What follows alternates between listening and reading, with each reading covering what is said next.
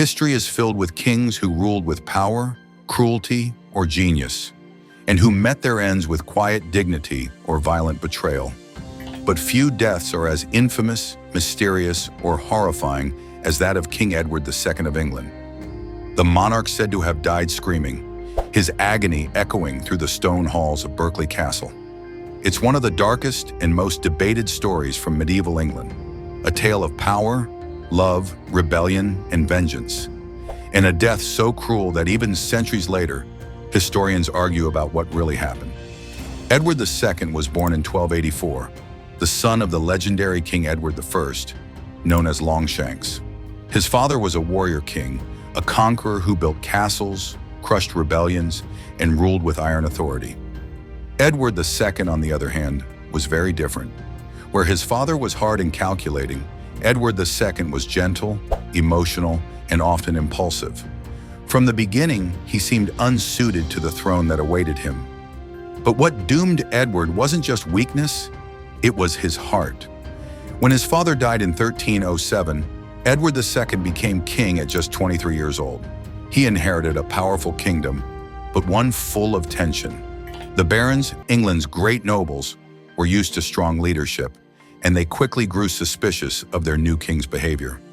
Edward had little interest in politics or war.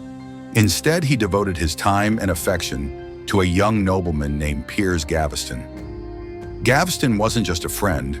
He was Edward's favorite companion, his confidant, and possibly his lover. The two were inseparable, and Edward showered Gaveston with titles, lands, and gifts. To the nobles, this was an insult. They saw Gaveston as arrogant and unworthy, a man of low birth who had far too much influence over the king. Tensions boiled over. The barons forced Edward to banish Gaveston, but he always found a way to bring him back. Eventually, in 1312, the nobles took matters into their own hands. They captured Gaveston, held a mock trial, and executed him. For Edward, it was a personal tragedy and the beginning of his downfall. The king swore vengeance, but he was never strong enough to carry it out effectively. His reign spiraled into chaos. He made enemies faster than he made friends, and when war came with Scotland, he proved disastrously unfit as a military leader. In 1314, at the Battle of Bannockburn, Edward's massive army was crushed by a smaller Scottish force led by Robert the Bruce. It was one of the worst defeats in English history. Thousands of men were killed, and Edward barely escaped with his life. From that moment on, his reputation never recovered. The nobles saw him as weak, the people saw him as a failure, and his Queen Isabella of France saw him as a husband she could no longer respect. Isabella was intelligent and politically savvy, very different from her husband. At first, she tried to support him, but when Edward found a new favorite, a ruthless man named Hugh Despenser the Younger, everything changed. The Despensers were father and son, greedy and manipulative, and they quickly became as hated as Gaveston had been. They seized lands, punished rivals, and used the king's trust to enrich themselves. Edward seemed blind to their cruelty. Anyone who spoke against them was imprisoned or executed.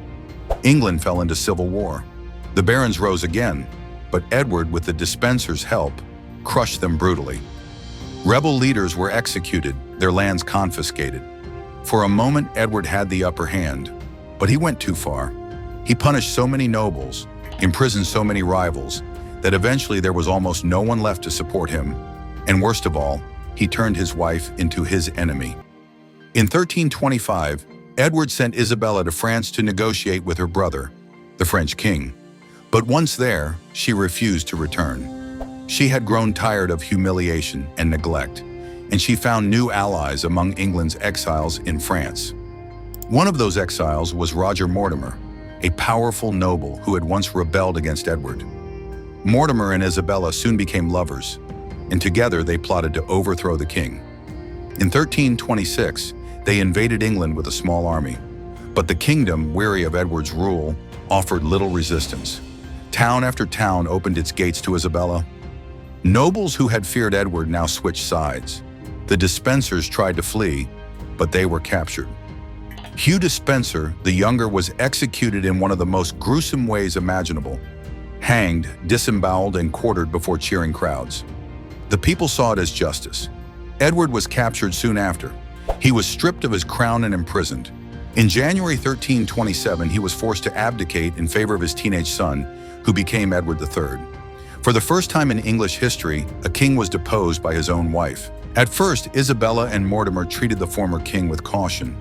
They held him at various castles under guard, claiming he was being kept in comfort. But Edward was still a threat. As long as he lived, he could be rescued, and loyalists might try to restore him to power. In September 1327, he was moved to Berkeley Castle, deep in Gloucestershire.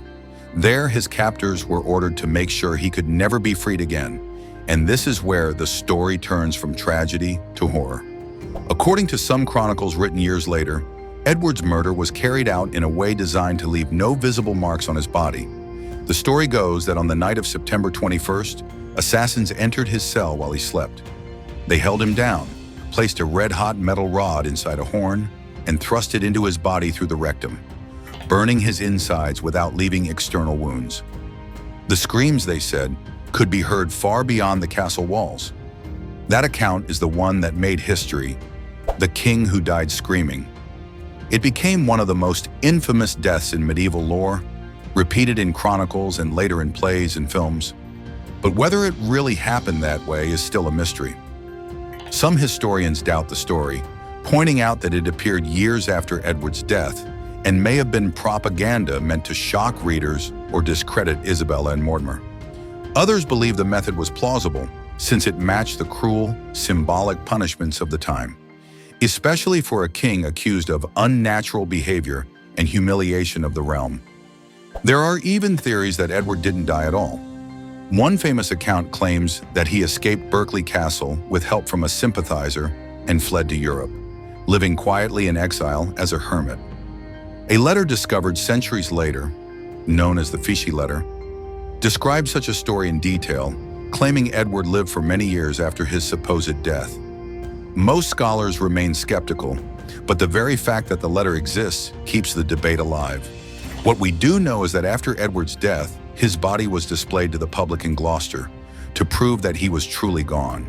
He was buried at Gloucester Abbey, and his tomb became a site of pilgrimage. His son, Edward III, eventually turned against Isabella and Mortimer, executing Mortimer for treason and forcing his mother into retirement. Edward II's reign became a cautionary tale. He was remembered as a weak king, a man who let love and favoritism destroy his rule. But over time, historians have taken a more complex view. Some see him as a tragic figure, caught between personal desires and political duty, in a world where any sign of vulnerability was seen as failure. He was a man ahead of his time in some ways, emotional, artistic, and loyal to those he loved. But in a brutal medieval court, those qualities were fatal. The story of Edward II's death remains one of history's great enigmas. Was it truly the fiery torture that the chroniclers described?